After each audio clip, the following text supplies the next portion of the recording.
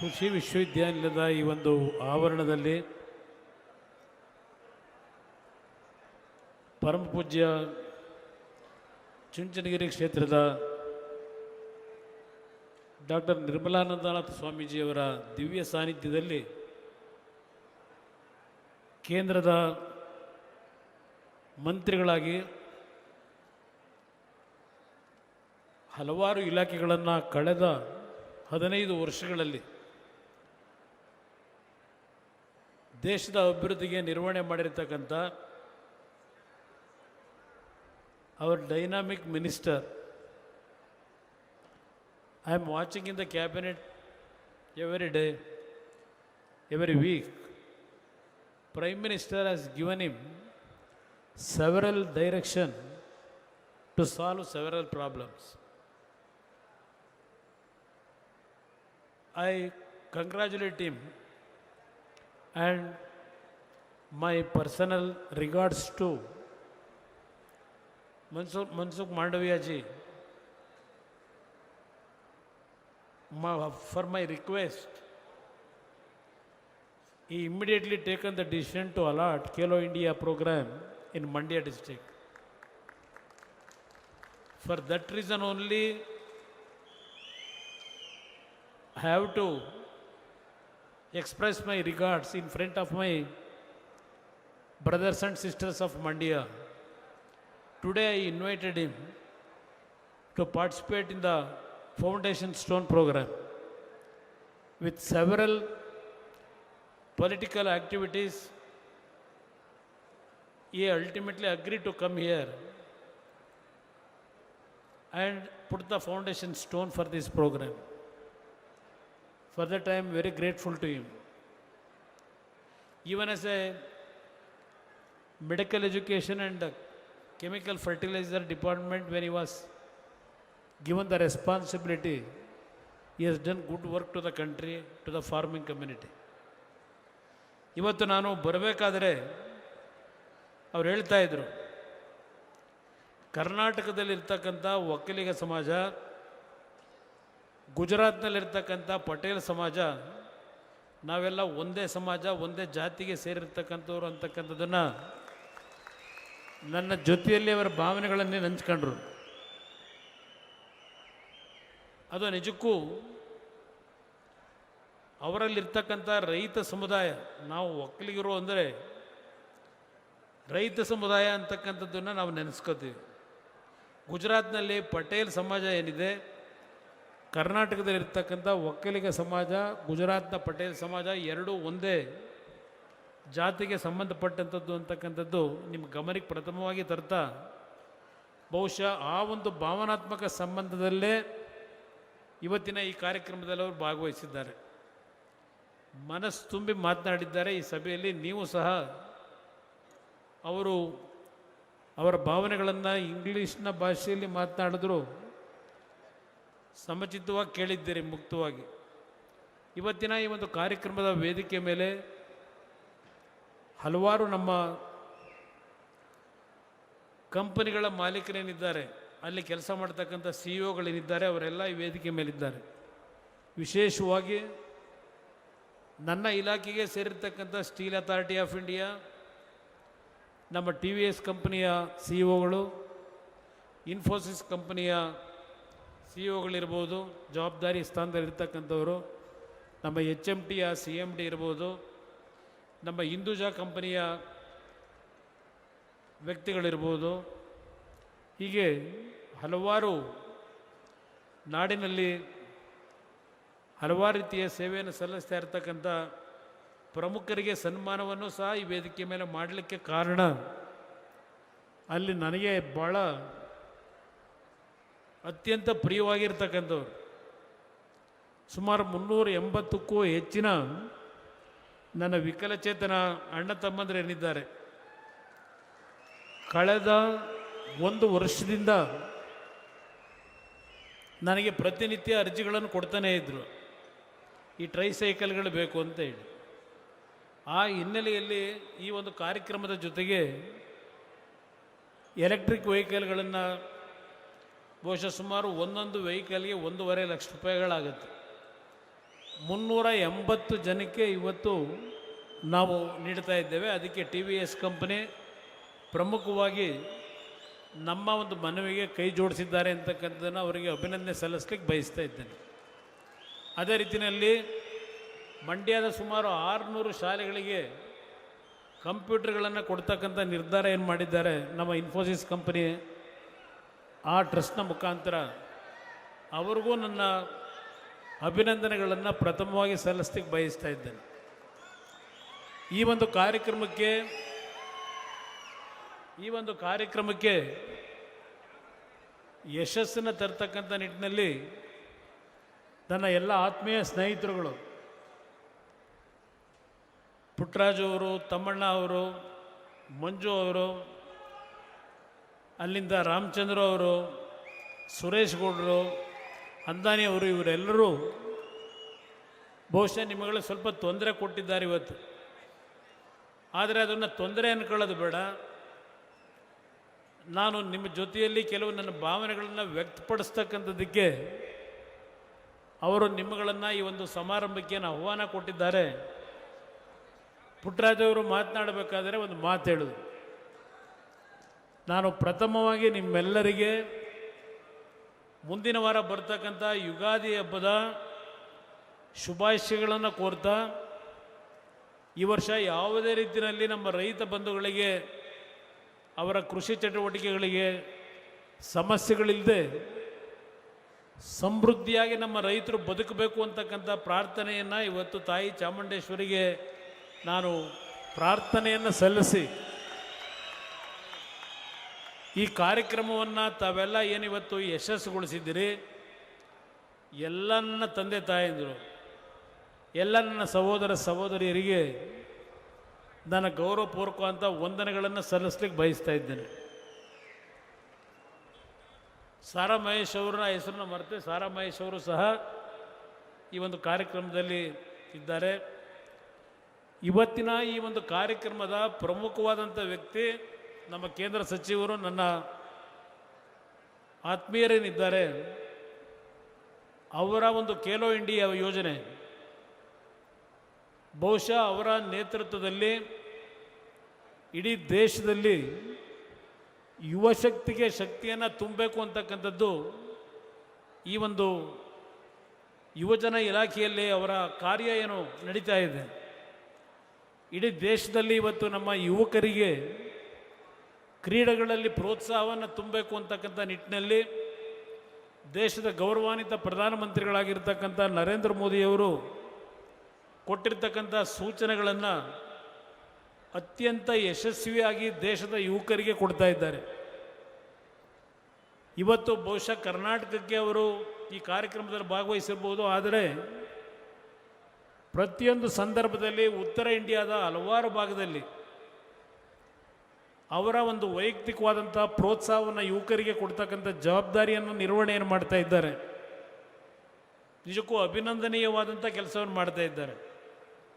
ಕರ್ನಾಟಕದ ಬಗ್ಗೆ ಅವರಿಗೆ ವಿಶೇಷವಾದಂಥ ಮಮತೆಯೂ ಸಹ ಇದೆ ಅನ್ನೋದಕ್ಕೆ ಕಾರಣ ಸನ್ಮಾನ್ಯ ದೇವೇಗೌಡರ ಒಂದು ಸುದೀರ್ಘವಾದಂಥ ರಾಜಕಾರಣದಲ್ಲಿ ಅವರ ನಡವಳಿಕೆಗಳನ್ನು ಹತ್ತಿರದಿಂದ ಏನು ಗಮನಿಸಿದ್ದಾರೆ, ಆ ಹಿನ್ನೆಲೆಯಲ್ಲಿ ಕರ್ನಾಟಕದ ಬಗ್ಗೆ ಅವರಿಗೆ ವಿಶೇಷವಾದಂಥ ಅಭಿಮಾನ ಇದೆ ಅಂತಕ್ಕಂಥದ್ದು ನನ್ನ ಅಭಿಪ್ರಾಯ. ಇವತ್ತಿನ ಈ ಒಂದು ಕಾರ್ಯಕ್ರಮ ಮಂಡ್ಯ ಜಿಲ್ಲೆಯ ಜನತೆಗೆ ಕಳೆದ ಲೋಕಸಭಾ ಚುನಾವಣೆಯಲ್ಲಿ ನಾನು ಈ ಕ್ಷೇತ್ರದಲ್ಲಿ ಲೋಕಸಭಾ ಸದಸ್ಯನಾದರೆ ಜಿಲ್ಲೆಗೆ ಕೆಲವು ಅನುಕೂಲಗಳಾಗಬಹುದು ಅಂತಕ್ಕಂಥ ನಂಬಿಕೆಯಿಂದ ನನಗೇನು ಚುನಾವಣೆಯಲ್ಲಿ ಮತ ಕೇಳಲಿಕ್ಕೆ ಬರದೇ ಇದ್ದರೂ ಇಲ್ಲಿರ್ತಕ್ಕಂಥ ನಮ್ಮ ಎಲ್ಲ ಸ್ನೇಹಿತರ ಒಂದು ಶ್ರಮ ದುಡಿಮೆಯಲ್ಲಿ ಈ ಜಿಲ್ಲೆಯ ಜನತೆ ನನಗೇನು ಆಶೀರ್ವಾದ ಮಾಡಿದ್ದೀರಿ, ನಿಮ್ಮಲ್ಲಿ ಇರ್ತಕ್ಕಂಥ ಒಂದು ನನ್ನ ಬಗ್ಗೆ ಸ್ವಲ್ಪ ಮನಸ್ಸಿನಲ್ಲಿ ನೋವಿರ್ತಕ್ಕಂಥದ್ದು, ನಾವು ಕುಮಾರಣ್ಣಿಂದ ಭಾಳ ಮಂಡ್ಯ ಜಿಲ್ಲೆಗೆ ನಿರೀಕ್ಷೆ ಇಟ್ಕೊಂಡಿದ್ವು, ಇನ್ನೂ ನಮ್ಮ ನಿರೀಕ್ಷೆಗೆ ತಲುಪ್ತಾ ಇಲ್ವಲ್ಲ ಅಂತಕ್ಕಂಥದ್ದು ಕೆಲವರಲ್ಲಿ ಇದೆ, ನಿಮ್ಮಲ್ಲಿ ಇದೆ, ನನಗೆ ಗೊತ್ತಿದೆ ನನಗೆ. ಆದರೆ ನಾನು ಜಿಲ್ಲೆಯ ಜನತೆಯನ್ನು ಮರೆಯವನಲ್ಲ, ಯಾವ ಟೀಕೆ ಟಿಪ್ಪಣಿಗಳಿಗೂ ನಾನು ಉತ್ತರ ಕೊಡಬೇಕಾಗಿಲ್ಲ. ಇವತ್ತು ನಮ್ಮ CSR ಫಂಡ್ ಮುಖಾಂತರ ಸುಮಾರು 97 ಕೋಟಿ ಹಣದ ಈಗಾಗಲೇ ಕಾರ್ಯಕ್ರಮಗಳಿಗೆ ಯೋಜನೆಯನ್ನು ರೂಪಿಸಿದ್ದೇವೆ. ಶಾಲಾ ಕಟ್ಟಡಗಳಿಗೆ, ಐಮಾಸ್ಕ್ ಲೈಟ್ಗಳಿಗೆ, ಅಲ್ಲಿಂದ ಹಲವಾರು ರೀತಿಯ ನಮ್ಮ KV ಶಂಕರೇಗೌಡರು ಕಟ್ಟಂಥ ಹಳೆಯ ಒಂದು ಮಂಡ್ಯ ಸರ್ಕಲ್ನಲ್ಲಿರ್ತಕ್ಕಂಥ ಮದ್ದೂರು ಸಂಜಯ್ ಥಿಯೇಟ್ರ್ ಸರ್ಕಲ್ನಲ್ಲಿರ್ತಕ್ಕಂಥ ಆ ರೈತ ಸಂಘದ ಒಂದು ಭವನ ಏನಿದೆ ಅದನ್ನು ಸುಮಾರು 5 ಕೋಟಿ ವೆಚ್ಚದಲ್ಲಿ ಪುನರ್ ನವೀಕರಣ ಮಾಡ್ತಾ ಇರ್ತಕ್ಕಂಥದ್ದು ಇರ್ಬೋದು. ಮಂಡ್ಯ ಜಿಲ್ಲೆಗೆ ಹಲವಾರು ರೀತಿಯ ಯೋಜನೆಗಳನ್ನು ತರ್ತಾ ಇದ್ದೇನೆ. ಒಂದು ನಿಮ್ಮೆಲ್ಲರಲ್ಲಿ ಇರ್ತಕ್ಕಂಥದ್ದು ಕೈಗಾರಿಕೆ. ಇವತ್ತು ಮುಂದಿನ ಯುಗಾದಿಯನ್ನು ನೀವೇನು ಆಚರಣೆ ಮಾಡ್ತಾ ಇದ್ದೀರಿ, ಪರಮಪೂಜ್ಯ ಸ್ವಾಮೀಜಿಯವರು ಈ ವೇದಿಕೆ ಮೇಲೆ ಏನು ಉಪಸ್ಥಿತರಿದ್ದಾರೆ, ಮಂಡ್ಯ ಜಿಲ್ಲೆಯಲ್ಲಿ ನಿಮ್ಮ ಒಂದು ನಿರೀಕ್ಷೆ ಕೈಗಾರಿಕೆಗಳು ಬೇಕು ಅಂತಕ್ಕಂಥದ್ದು ಏನಿದೆ ಆ ನಿರೀಕ್ಷೆಯನ್ನು ಹುಸಿಗೊಳಿಸೋದಿಲ್ಲ. ಪ್ರಾಮಾಣಿಕವಾಗಿ ಮಂಡ್ಯ ಜಿಲ್ಲೆ ಅಷ್ಟೇ ಅಲ್ಲ, ಮಂಡ್ಯ ಜಿಲ್ಲೆಯ ಅಕ್ಕಪಕ್ಕದ ಜಿಲ್ಲೆಗಳ ಯುವಕರಿಗೂ ಸಹ ಉದ್ಯೋಗಗಳನ್ನು ಕೊಡ್ತಕ್ಕಂಥ ನಿಟ್ಟಿನಲ್ಲಿ ಈಗಾಗಲೇ ಕೇಂದ್ರ ಸರ್ಕಾರದ ನಮ್ಮ ಇಲಾಖೆಯಿಂದಲೇ ನಮ್ಮ ಅಧಿಕಾರಿಗಳನ್ನು ಮನವೊಲಿಸಿ ಇವತ್ತು ಯಾವೊಂದು ಟೆಸ್ಟಿಂಗ್ ಸೆಂಟ್ರ್ ಇದೆ ಆಟೋಮೊಬೈಲ್ ಇಂಡಸ್ಟ್ರಿನಲ್ಲಿ, ಅದನ್ನು ಇವತ್ತು ಮಂಡ್ಯ ಜಿಲ್ಲೆಯಲ್ಲೇ ತರಬೇಕು ಅಂತ ಹೇಳಿ ಈಗೇನು ನಮ್ಮ ಸ್ವಾಮೀಜಿಯವರು ಸ್ಟಾರ್ಟಪ್ಗಳ ಬಗ್ಗೆ ಹೇಳ್ತಾ ಇದ್ದರು, ಹಲವಾರು ಇತ್ತೀಚಿನ ದಿನಗಳಲ್ಲಿ ಇನ್ನೂ ಸ್ಟಾರ್ಟಪ್ ಕಂಪನಿಗಳನ್ನು ಪ್ರಾರಂಭ ಮಾಡಬೇಕು ಅಂತಕ್ಕಂಥ ನಿಟ್ಟಿನಲ್ಲಿ ನಾನು ಮುಂದೆ ಚರ್ಚೆ ಮಾಡ್ತಾ ಇದ್ದಾರೆ. 200 ಕೋಟಿ 300 ಕೋಟಿ ವೆಚ್ಚದ ಕೈಗಾರಿಕೆಗಳನ್ನು ಹಾಕ್ತಕ್ಕಂಥ ನಿಟ್ಟಿನಲ್ಲಿ ಈಗಾಗಲೇ ಹಲವಾರು ಸುತ್ತಿನ ಮಾತುಕತೆಗಳನ್ನೇನು ಮಾಡಿದ್ದಾರೆ ಸ್ಟಾರ್ಟಪ್ ಕಂಪನಿಗಳು. ಅವರಿಗೆ ಕೆಲವು ಪ್ರಧಾನಮಂತ್ರಿಗಳು ಇವತ್ತೇನು ಈ ದೇಶದ ಸಮಗ್ರ ಅಭಿವೃದ್ಧಿ, ಅದರಲ್ಲೂ ವಿಶೇಷವಾಗಿ ಈ ಪರಿಸರಕ್ಕೆ ಆಗಿರತಕ್ಕಂಥ ಹಾನಿಯನ್ನು ಸಂಪೂರ್ಣವಾಗಿ 2020ಕ್ಕೆ ನೆಟ್ ಝೀರೋಗೆ ತರಬೇಕು ಅಂತಕ್ಕಂಥದ್ದು ಗೌರವಾನ್ವಿತ ಪ್ರಧಾನಮಂತ್ರಿಗಳ ಒಂದು ಅಚಲವಾದಂಥ ತೀರ್ಮಾನ ಏನಿದೆ, ಆ ನಿಟ್ಟಿನಲ್ಲಿ ಇವತ್ತು ಎಲೆಕ್ಟ್ರಿಕ್ ವೆಹಿಕಲ್ಗಳು ದೊಡ್ಡ ಮಟ್ಟದಲ್ಲಿ ಆಟೋಮೊಬೈಲ್ ಕಂಪನಿಗಳು ಇವತ್ತು ಮ್ಯಾನುಫ್ಯಾಕ್ಚರ್ಗೆ ಏನೋ ಒಂದು ಪ್ರೋತ್ಸಾಹವನ್ನು ಕೊಟ್ಟಿದ್ದಾರೆ. ಮಂಡ್ಯ ಜಿಲ್ಲೆಯಲ್ಲಿ ಆ ಟೆಸ್ಟಿಂಗ್ ಸೆಂಟ್ರ್ ಒಂದೇ ಅಲ್ಲ, ಹಲವಾರು ಸ್ಟಾರ್ಟಪ್ಗಳನ್ನು ಪ್ರಾರಂಭ ಮಾಡ್ತಕ್ಕಂಥ ನಿಟ್ಟಿನಲ್ಲಿ ಈಗಾಗಲೇ ಚರ್ಚೆಯನ್ನು ಮಾಡಿದ್ದೇನೆ. ನನಗೆ ವಿಶ್ವಾಸ ಇದೆ, ಆ ತಾಯಿ ಚಾಮುಂಡೇಶ್ವರಿಯ ದಯೆ ನಿಮ್ಮೆಲ್ಲರ ಆಶೀರ್ವಾದದಲ್ಲಿ ನಿಮ್ಮ ಆಸೆಯನ್ನು ನಾನು ನೆರವೇರಿಸ್ಕೊಡ್ತೀನಿ. ಯಾವ ಮಾತುಗಳಿಗೆ ತಾವು ಕಿವಿ ಕೊಡಬೇಡಿ. ಇವತ್ತು ಯಾವೊಂದು ARA ಮುಖಾಂತರ ಸ್ಟಾರ್ಟಪ್ ಸೆಂಟರ್ ನಮ್ಮ ಏನೋ ಒಂದು ಇದನ್ನು ಪ್ರಾರಂಭ ಮಾಡಲಿಕ್ಕೆ ಹೊರಟಿದ್ದೇವೆ, ಟೆಸ್ಟಿಂಗ್ ಸೆಂಟ್ರು, ಎಲ್ಲರೂ ಎಕ್ಸೈಟ್ ಆಗಿದ್ದಾರೆ. ಏಕೆಂದರೆ ಇಲ್ಲಿ ತಯಾರು ಮಾಡ್ತಕ್ಕಂಥ ವಾಹನಗಳನ್ನು ಪೂನಾಗೆ ತೆಗೆದುಕೊಂಡು ಹೋಗಬೇಕು, ಇಲ್ಲ ಚೆನ್ನೈಗೆ ಹೋಗಬೇಕು. ಇಲ್ಲಿ ಟೆಸ್ಟಿಂಗ್ ಸೆಂಟ್ರ್ ಇಲ್ಲ. ಆ ಹಿನ್ನೆಲೆಯಲ್ಲಿ ಕರ್ನಾಟಕದಲ್ಲಿ ಒಂದು ಟೆಸ್ಟಿಂಗ್ ಸೆಂಟ್ರನ್ನ ಪ್ರಾರಂಭ ಮಾಡಲೇಬೇಕು ಅಂತ ಹೇಳಿ ನಮ್ಮ ದೇಶದ ಗೌರವಾನ್ವಿತ ಪ್ರಧಾನಮಂತ್ರಿಗಳ ನರೇಂದ್ರ ಅವರ ಒಂದು ಆಶೀರ್ವಾದದಲ್ಲಿ ಇವತ್ತು ಮಂಡ್ಯದಲ್ಲೇ ಆ ಒಂದು ಟೆಸ್ಟಿಂಗ್ ಸೆಂಟ್ರನ್ನ ಪ್ರಾರಂಭ ಮಾಡ್ತಕ್ಕಂಥದ್ದಕ್ಕೆ ಸುಮಾರು 1,000 ಕೋಟಿ ವೆಚ್ಚದಲ್ಲಿ ಕಾರ್ಯಕ್ರಮ ನಮ್ಮ ಇಲಾಖೆಯಿಂದಲೇ ಮಾಡ್ತಾ ಇದ್ದೇವೆ. ಅದರ ಮುಖಾಂತರ ಹಲವಾರು ಕೈಗಾರಿಕೆಗಳನ್ನು ತರಲಿಕ್ಕೆ ಏನು ಸಾಧ್ಯ ಇದೆ, MSME ಕಂಪನಿಗಳನ್ನು ಈಗಾಗಲೇ ಚರ್ಚೆ ಮಾಡಿದ್ದೇವೆ. ಅವರಿಗೆ ಪ್ರೋತ್ಸಾಹ ಕೊಟ್ಟು ನೀವೇನು ದೇವೇಗೌಡರ ಬಗ್ಗೆ ನನ್ನ ಬಗ್ಗೆ ಅಭಿಮಾನ ಇಟ್ಟು ನಾನು ಹಳ್ಳಿಗಳಿಗೆ ಬರದೇ ಇದ್ದರೂ ಅಷ್ಟು ದೊಡ್ಡ ಬಹುಮತದಲ್ಲಿ ಗೆಲ್ಲಿಸಿದ್ದೀರಿ. ನಿಮ್ಮ ಋಣವನ್ನು ತೀರಿಸ್ತಕ್ಕಂಥದ್ದು ನನ್ನ ಜವಾಬ್ದಾರಿ. ನಾನು ಹಿಂದೆ ಈ ಒಂದು ಮಂಡ್ಯ ಜಿಲ್ಲೆಯಲ್ಲಿ 200 ಕುಟುಂಬದಲ್ಲಿ ರೈತರ ಆತ್ಮಹತ್ಯೆ ಆದಾಗ ಪ್ರತಿ ಮನೆಗಳಿಗೆ ಭೇಟಿ ಕೊಟ್ಟಿದ್ದೇನೆ. ನಮ್ಮ ಕೈಲಾದ ಮಟ್ಟಿಗೆ ನಮ್ಮ ನಾಯಕರುಗಳೆಲ್ಲ ಸೇರಿ ನೆರವು ನೀಡಿದ್ದೇವೆ. ಆ ಸಂದರ್ಭದಲ್ಲಿ ಒಂದು ಮಾತು ಹೇಳಿದ್ದೆ, ಯಾವುದೇ ಕಾರಣಕ್ಕೂ ಆತ್ಮಹತ್ಯೆಗೆ ಶರಣಾಗಬೇಡಿ. ನಾನು ಈ ರಾಜ್ಯದಲ್ಲಿ ಪುನಃ ಅಧಿಕಾರಕ್ಕೆ ಬಂದರೆ ನಿಮ್ಮ ಸಾಲವನ್ನು ಮನ್ನಾ ಮಾಡ್ತೀನಿ ಅಂತಕ್ಕಂಥ ಹೇಳಿದೆ. ಅವತ್ತು ಆಡಳಿತ ನಡೆಸ್ತಕ್ಕಂಥವ್ರು ಹೇಳಿದ್ರು, ಎಲ್ಲಿದೆ ದುಡ್ಡು, ಎಲ್ಲಿಂದ ತರ್ತಾನೆ, ಸುಳ್ಳು ಹೇಳ್ತಾ ಇದ್ದಾನೆ, ದುಡ್ಡು ಎಲ್ಲಿಂದ ತಂದು ಇವನು ಸಾಲ ಮನ್ನಾ ಮಾಡಲಿಕ್ಕೆ ಸಾಧ್ಯ, ಇವನು ಅಧಿಕಾರಕ್ಕೆ ಬರಲ್ಲ, ಏನೋ ಇವ್ರ ಅಪ್ಪನಾಣೆ ಅಧಿಕಾರಕ್ಕೆ ಬರಲ್ಲ ಅಂತಕ್ಕಂಥ ಮಾತು ಹೇಳಿದ್ರು. ನನಗೆ ಸಂಪೂರ್ಣ ಬಹುಮತ ಬರಲಿಲ್ಲ. ಆದರೆ ಅವತ್ತು ಮಂಡ್ಯ ಜಿಲ್ಲೆಯ ಜನ ಇಲ್ಲೇನು ವೇದಿಕೆ ಮೇಲೆ ಕೂತಿದ್ದಾರೆ ನಮ್ಮ ಸ್ನೇಹಿತರು, ಒಂದೊಂದು ಕ್ಷೇತ್ರದಲ್ಲಿ 40-50 ಸಾವಿರ ಅಂತರದ ಬಹುಮತ ಕೊಟ್ಟು 7 ಜನನೂ ನೀವು ಆಯ್ಕೆ ಮಾಡಿ ಕಳಿಸ್ಕೊಟ್ರಿ. ನಿಮ್ಮ ಶಕ್ತಿ ಈ ರಾಜ್ಯದ ಸುಮಾರು 25 ಲಕ್ಷಕ್ಕೂ ಹೆಚ್ಚಿನ ರೈತ ಕುಟುಂಬಗಳಿಗೆ ಸಾಲ ಮನ್ನಾದ ಹಣ ಕೊಡ್ತಕ್ಕಂಥ ಒಂದು ಕಾರ್ಯಕ್ರಮ ನಾವು ಅನುಷ್ಠಾನಕ್ಕೆ ತಂದಿದ್ದರೆ ಅದು ಪ್ರಥಮವಾಗಿ ಮಂಡ್ಯ ಜಿಲ್ಲೆಯ ನನ್ನ ತಂದೆ ತಾಯಂದಿರಿಗೆ ಈ ಗೌರವ ಸಲ್ಲಬೇಕು ಅಂತಕ್ಕಂಥದ್ದನ್ನು ಈ ವೇದಿಕೆ ಮುಖಾಂತರ ಹೇಳ್ತಾ ಇದ್ದೇನೆ. ಅದೇ ರೀತಿಯಲ್ಲೇ ಇವತ್ತೇನು ನಿಮ್ಮ ಒಂದು ದೊಡ್ಡ ಮಟ್ಟದಲ್ಲಿ ಕೈಗಾರಿಕೆಗಳ ಬಗ್ಗೆ ಯೋಚನೆ ಮಾಡ್ತಾ ಇದ್ದೀರಿ. ಇನ್ನೂ ಪಾಪ ನಮ್ಮ ಜಿಲ್ಲಾಧಿಕಾರಿಗಳಿದ್ದಾರೆ ಇಲ್ಲೇ, ನಾನು ಅವ್ರಿಗೆಲ್ಲರಿಗೂ ಅಭಿನಂದನೆ ಸಲ್ಲಿಸಬೇಕು. ನಮ್ಮ ಪೊಲೀಸ್ ವರಿಷ್ಠಾಧಿಕಾರಿಗಳು, CEO ಇವರೆಲ್ಲರೂ ಕಳೆದ ಒಂದು ವಾರದಿಂದ ಹಲವಾರು ರೀತಿಯ ಸಮಸ್ಯೆಗಳ ನಡುವೆ ಈ ಕಾರ್ಯಕ್ರಮಕ್ಕೆ ಸಹಕಾರ ಕೊಟ್ಟಿದ್ದಾರೆ. ನಮ್ಮ ಆಡಳಿತ, ಜಿಲ್ಲಾ ಆಡಳಿತ, ಪೊಲೀಸ್ ಇಲಾಖೆ ಎಲ್ಲ ರೀತಿಯ ಸಹಕಾರ ಏನು ಕೊಟ್ಟಿದ್ದಾರೆ, ಅವ್ರಿಗೂ ಸಹ ನಾನೀಗ ಅಭಿನಂದನೆ ಸಲ್ಲಿಸಬೇಕು. ಅವರೆಲ್ಲರೂ ಇವತ್ತು ಯಾವ ಕೈಗಾರಿಕೆಗಳ ಅಭಿವೃದ್ಧಿಗೆ ಒಂದು ಜಾಗದ ಅವಶ್ಯಕತೆ ಇದೆ, ರಾಜ್ಯ ಸರ್ಕಾರಕ್ಕೂ ಪತ್ರ ಬರೆದಿದ್ದೇನೆ.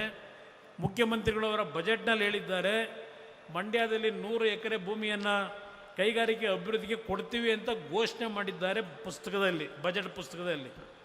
ನೋಡೋಣ ಅದು ಯಾವಾಗ ಕೊಡ್ತಾರೆ ಅಂತ ಹೇಳಿ ಕಾಯ್ತಾ ಇದ್ದೇನೆ. ನಮ್ಮ ಅಧಿಕಾರಿಗಳಿಗೆ ಹೇಳಿದ್ದೇನೆ, ಯಾವ ಒಂದು ಭೂಮಿಯನ್ನು ಅವರು ಐಡೆಂಟಿಫೈ ಮಾಡ್ತಾರೆ, ಹೋಗಿ ಅದನ್ನು ನೀವು ಆ ಒಂದು ಕಾರ್ಖಾನೆಗಳನ್ನು ಹಾಕಲಿಕ್ಕೆ ಆ ಜಾಗಗಳು ಸರಿ ಇದೆಯಾ ಅಂತಕ್ಕಂಥದ್ದು ಒಂದು ವರದಿಯನ್ನು ಕೊಡಿ ಅಂತಕ್ಕಂಥದ್ದು ಈಗಾಗಲೇ ನಮ್ಮ ಅಧಿಕಾರಿಗಳಿಗೇನು ಸೂಚನೆ ಕೊಟ್ಟಿದ್ದೇನೆ.